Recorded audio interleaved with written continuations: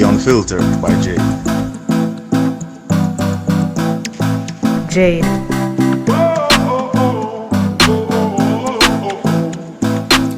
Welcome to The Unfiltered by Jade, where we educate, empower, and entertain. Feel free to like, share, subscribe, download, donate, and make everybody know about this.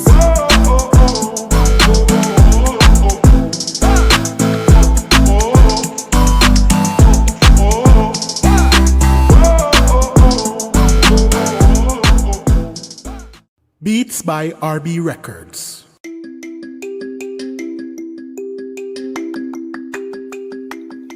Shopping assistance, your style, your budget.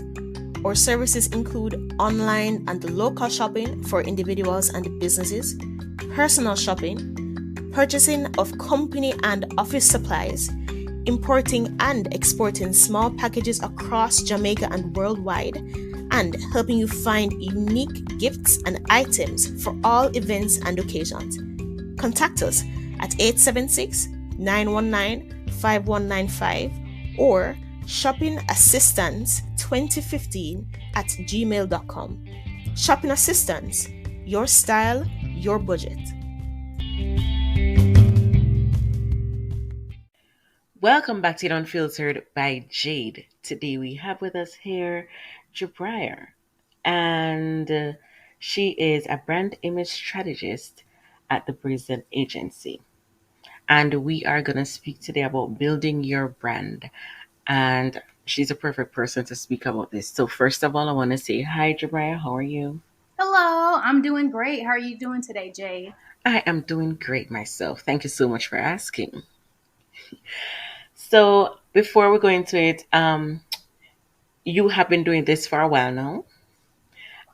So I want you to tell us first and foremost, what does it mean to build a brand, and why is that important for us to do? Yes, so building a brand is the cornerstone to your success.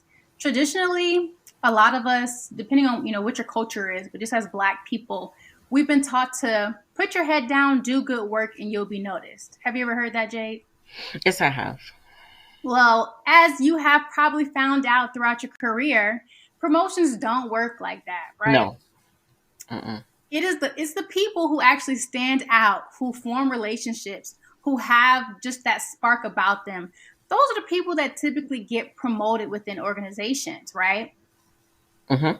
So from that, I realized something. Not only in entrepreneurship do you need to establish a personal brand, but when you're actually building your career, it's really important for you to decide what type of reputation you want to hold within that space so that you can be your biggest advocate when it comes to being promoted, being recognized for your good work, and honestly just having a voice in the room. Very, very good. Very good. And for those people, I'm going to refer to the book that you have because you're also an author. Yes. For those persons, for those persons who don't know about your book, can you tell us a little bit about your book? Because I want to touch on being an introvert and wanting to stand out with your brand. Absolutely. Yes. So I recently authored a book called When the Introvert Commands the Room. Mm-hmm. Launch your personal brand, launch your career with a personal brand that stands out from the crowd. Mm-hmm. So I wrote this book for the girl that I used to be when I first got into college, and I was just definitely afraid of talking. Mm-hmm. I'm talking about anxiety that caused me to be nauseous if the professor called me to the front of the room. Mm-hmm. I would sometimes avoid going to class if I had a presentation, literally paralyzed by anxiety and just being an introvert and just being so used to being to myself. But what college made me do was come out of my shell, because the only way to succeed and the only way to pass those classes was to come to the front of the class and was to find a voice. So I wrote this book in honor of the girl that I used to be and how I've come so far since then, so far that I speak on stages in front of thousands of people today. And my 17-year-old self, she could not even imagine doing that. But that journey also helped me be an advocate for other people who are introverted and just don't know how to be their best advocate, how to perform well in job interviews, how to leverage networking and really make those connections that will help their career. So I wrote that book as a guide for introverts to really excel in their personal lives as well as their professional lives. And yeah, it's full of amazing, amazing gems. And if you haven't already, head to Amazon and check it out. Grab a copy. You can get it on Kindle as well, but I definitely recommend it for anybody who is in a space where they feel stuck in their career and they just can't figure out what to do next. That book is definitely for you. Okay. And even talking about that, for persons who are introvert or introverted, for them it probably is hard to build a brand because they're afraid to step out. So that book can also encourage you to do that. And even building a brand, sometimes they want to stay behind the veil to Yeah. get it done.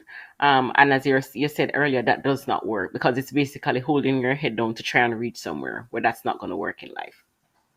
I love that analogy, holding your head down to try to get somewhere. That's like Hmm. if you try to drive the car looking backwards. You're not going to get too far. Doing that. So yes, picking your head up and being bold in who you are. And here's the thing, you don't have to be anyone else. You don't have to operate as an extrovert. But what you do have to decide is, what are my strengths and what do I feel comfortable putting on the forefront? And that becomes your personal brand as an introvert. Yes, yes. I love that.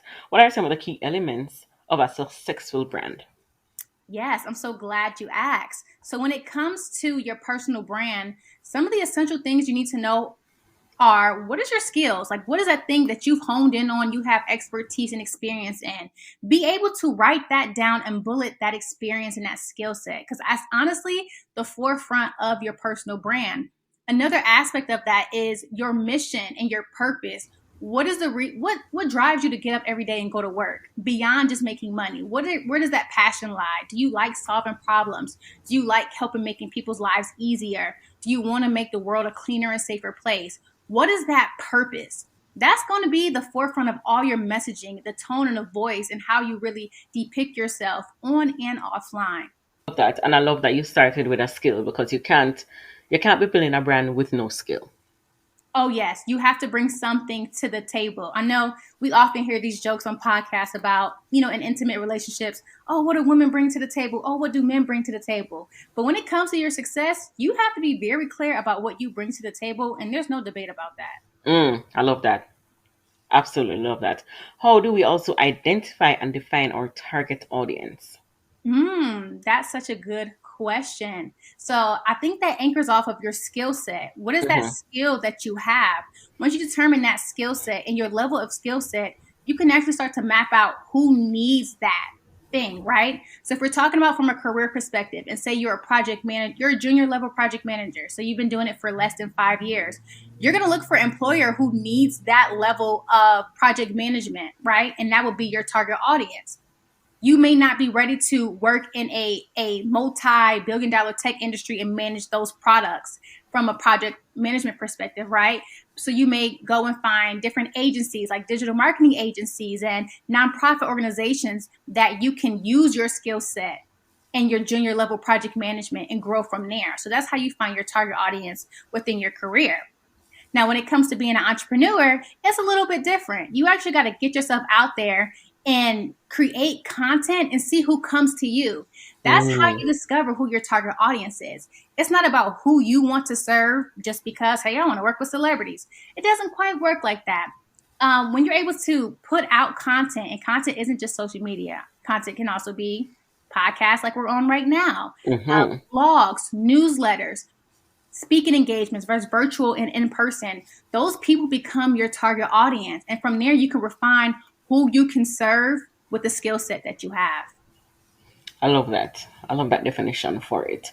For the steps that we need to take to create a unique and memorable brand identity, what are they? Yes, this first step that you have to take is to ask yourself this question. And honestly, who am I? Mm, What are your roots? What is that thing that you wanted to be when you were a little girl or a little boy? That's the first thing you have to ask yourself when building out your personal brand. The second thing you have to ask yourself is, where do I want to go? That's your vision. Only you can define your future self. You cannot lean on anybody else to create that, what I call prototype for you. You have to determine, hey, my name is Angelica. In 10 years from now, I see myself being a VP of marketing for Fortune 500 company.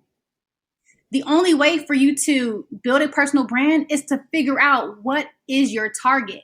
So set your eyes on who you want to be. Once we establish who we currently are and then where we want to go from there, we can put things in line to build up that personal brand. And that's what I call building out your prototype, the woman or the man that you want to become. And how would they operate in day-to-day life?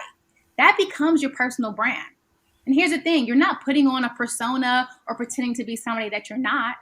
You're just refining who you are to become who you want to be. Mm. And while you're doing that also, you create the additional skills needed. Correct. So if it is that you want to be the head of some big company, you have to, okay, what do I need to study to do? Because people look at the credentials. Do you have the credentials for it? And it may not be sitting down and going to school. You could be doing certificate courses. What can I do to enhance or to build on myself so that I can be credible? Absolutely. All those things. And then also getting in the right rooms. Yes, yes. Now more than ever, we're realizing that it's not what you know, it's who you know. Oh, yeah. And when we talk about the market being oh so saturated, guess what? The people who are connected are the ones who are getting ahead. Yes. Yes. Yeah. So it's time for us to expand and try and figure out, how to connect with people, how to network, as you had said earlier. Yes. What strategies can we use to differentiate between our brand from our competitors? Ooh, that's such a great question. So when we're talking about from a corporate experience, I definitely say having that inside connection with somebody internally. Mm. There are going to be thousands of applicants with similar resumes to yours. So what are things you can do to stand out? Go on Eventbrite and see, is the company you're looking to be hired with, do they have any upcoming events happening? Attend those events, network with those people, hop on LinkedIn, and don't just, follow and connect with people just because they posted a job ad. Go ahead and connect with people on different teams and reach out to their direct message and form a relationship without even asking anything, but just to form a relationship. Hey, I see we went to the same university. I'd love to know about your experience there. Or are you coming to homecoming? Using that casual dialect when you're trying to form relationships with people will actually help you stand out from the crowd. I actually used that technique a couple of jobs ago. Reached out to someone because we were from the same hometown, and I was going for a role in her organization. Reached out to her. Oh my gosh, I'm from Connecticut too. We connected from there, and I was like, hey, I see your company is hiring for a role, and I'm really interested in it. Could you tell me more about the role? Long story short, she told the hiring manager that she knew me. She helped put my name in the bucket. I interviewed for the role, and guess what? I got the job. Yeah, that's how we have to go. And for I'm going to go back again to introverts. Sometimes introverts don't want to do it because they don't like putting themselves out.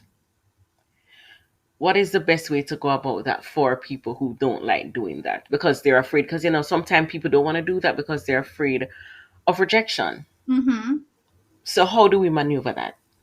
The fear of rejection will keep you paralyzed for the rest of your life. Mm-hmm. So you have to ask yourself, how far do I actually want to go in life? If the potential of being rejected is what's going to stop you from taking the next step, you might as well just put a bow on yourself and call it a day because you're not going to go anywhere. You're not going to go anywhere. Here's the thing in life. We're going to be rejected every part of the way. But one thing that I tell people is that if somebody tells you no, go and find somebody that can tell you yes and just keep on going until you find that yes. Is rejection scary? Yes. But I also think that leans on confidence, which I talk about in my book.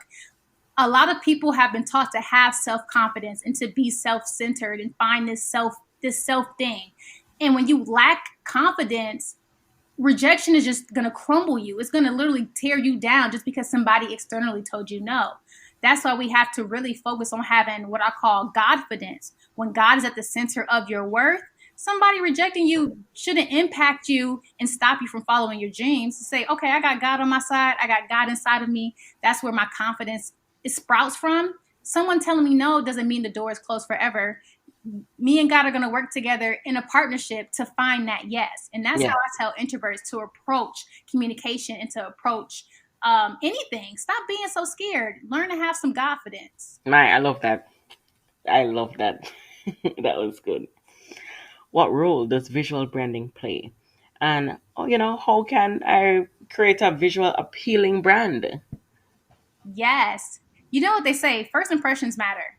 It does. First impressions matter. And when people think about visual brand, they may be thinking about like Apple packaging. And honestly, you can reflect that to your personal brand. If Apple gave us these $1,000 MacBooks in a raggedy case, in a raggedy experience, the store had broken glass and dusty floors and it was dim in there, it would not be the same experience, right? And we wouldn't Right. be so addicted to the brand. Right. Looking at this mega company and how they present themselves visually, that gives you a perspective on how you have to present yourself as a personal brand and as a professional. So one thing that I do every time I go into the office, I make sure that I'm dressed to the nines. Mm. And the majority of the people in my office, they dress pretty casual. I'm talking jeans, sneakers, sandals. The workplace has got pretty lax. But for me, I want to be able to stand out. And making sure that I'm dressed to the nines, and it's not, not overly dressed, but making sure that I'm always put together, that's a part of my reputation. So I take my visual brand pretty serious. When it comes to, your communication on social media, what should that look like? Should you be spending time making graphics and trying to make sure that all your colors align? And, you guys, if you try to create content, you've had this frustration, right? Yeah. But here's the thing with visual branding. It isn't about, having this ultimate visually graphic and coordinated personal, Instagram page or LinkedIn page. It's about how can you consistently share information that is accurate and as a part of your thought leadership. And people can trust you, like you're credible. You present yourself professionally. They're not afraid to recommend you to a coworker or a friend and say, like, I've been following this girl for a while. I believe she does good work. Check out her page. You want to have a very presentable reputation on and offline. And a way to do that online is, one, to show up as your authentic self.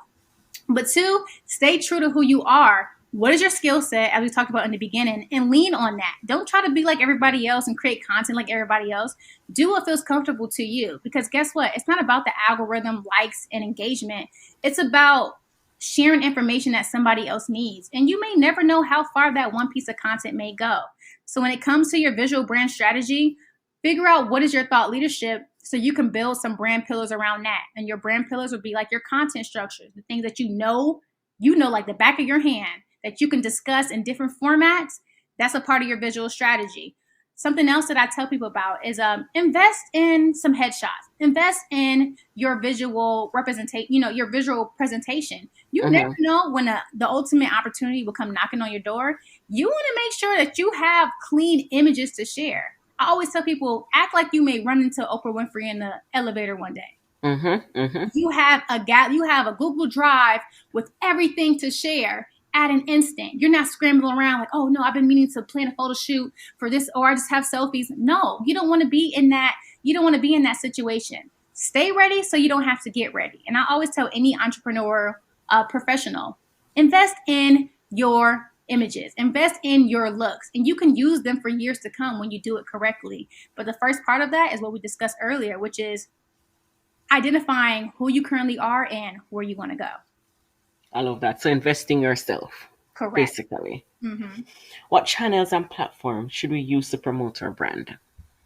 Yes. So it depends. Are we talking about entrepreneurs or those corporate entrepreneurs?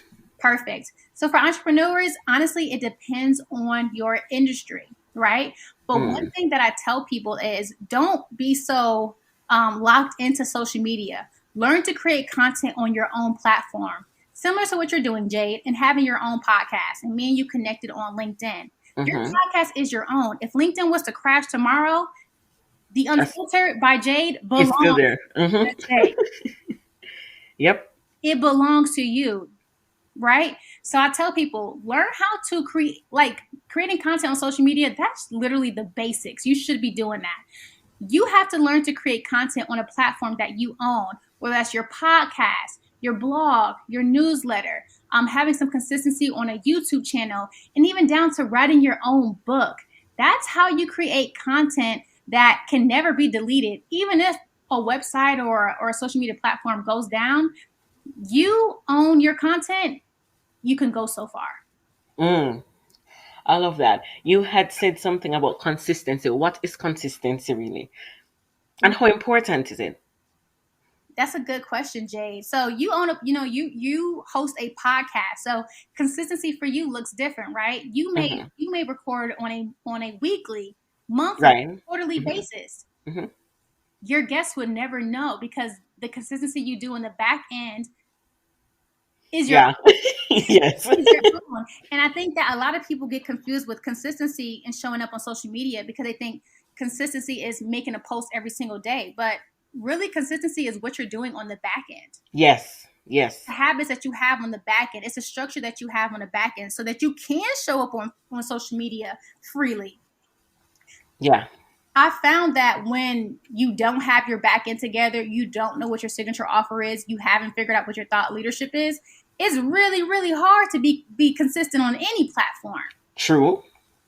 So once you build that habit and those structures in the back end of your business consistently, making sure your links are always up to date, making sure you're checking your inbox and your nothing's going unread, nothing's going unnoticed. That's the consistency that has to be focused on as entrepreneurs. Once that's set in stone, creating content honestly becomes a piece of cake. Yeah. I love that. And we don't have to know, but we're trying to grab for straws as to figure out what to do, how to go about it, if we do the work in the background. Because sometimes for entrepreneurs, they depend on what's trending now, what's new now. Yes. Yeah. That doesn't always work. It That doesn't work. doesn't. It doesn't work at all because here's the thing, Jade. Imagine if the only time you produce podcasts is when you saw your competitor coming out with a new live show, not even realizing that she had batch created 6 months of content. Mm-hmm. Yeah. Yeah. And now you're behind the eight ball because you were looking over your shoulder trying to see when your competitor was going to post her next show. And the whole time she's been consistently batching her podcast episodes for the remainder of the year. So while you're waiting for her to roll out, you're not even realizing that she's finished her year up because she's been consistent on the back end. And creating content is easy for her because she has, 6 to 10 episodes in her Rolodex. And then she can hire somebody to take those clips, piece it up, create content for her, and she distributes it on every platform. But you would have noticed because you're not on her back end. Mm-hmm. Yeah. That also goes to not watching what our neighbors are doing. Focus on yourself. Yes. Focus on yourself. Any last words, Ji'Brayah, before we close? Ooh, any last words? I definitely would say comparison is a thief. Mm-hmm. If you spend your time consuming social media and it makes you feel like you're behind the eight ball, it makes you feel like your life is less worthy, you have to start to take inventory of where you want to be Yes. and curate your algorithm around that. Don't let what you see in the palm of your hand and on your screen determine how you see yourself and your self-worth. Your self-worth is rooted in Christ. Your Yes. self-worth is rooted in God. And that cannot be replaced by any 30-second clip that you see online. And you're in control of your own destiny. You cannot wait for anybody to come and save you because they're not. Very true. So don't be afraid to take risk. If it's what your heart desires, go after it. And the only permission that you need is from God, no one else. You left some very strong points for us to look back at and think about. I love that. Yeah, Thank yeah. you. You ended on a high note. Thank you so much for that. Really, really like that. So Ji'Brayah, tell us where is it that we can find you? Yes, I'm so glad that you asked. So you guys know I'm gonna be everywhere because if I tell you to be everywhere, I gotta be there too. So you can connect with me on all platforms: LinkedIn, Instagram, Facebook, at Ji'Brayah Shani, Jibrayah, Shani, Chanai. You can also find me on my website, brayzenagency.com. And if you want to grab a copy of my book, head to Amazon and put in your search bar When the Introvert Commands the Room. Nice. Love it. Thank you so much again. Thank you so much for being here and dropping these gems for us. We truly appreciate it. And thank you also for helping others out there to know how to build their brand. And it takes hard work, but you can do it. We can all do it. Consistency is key.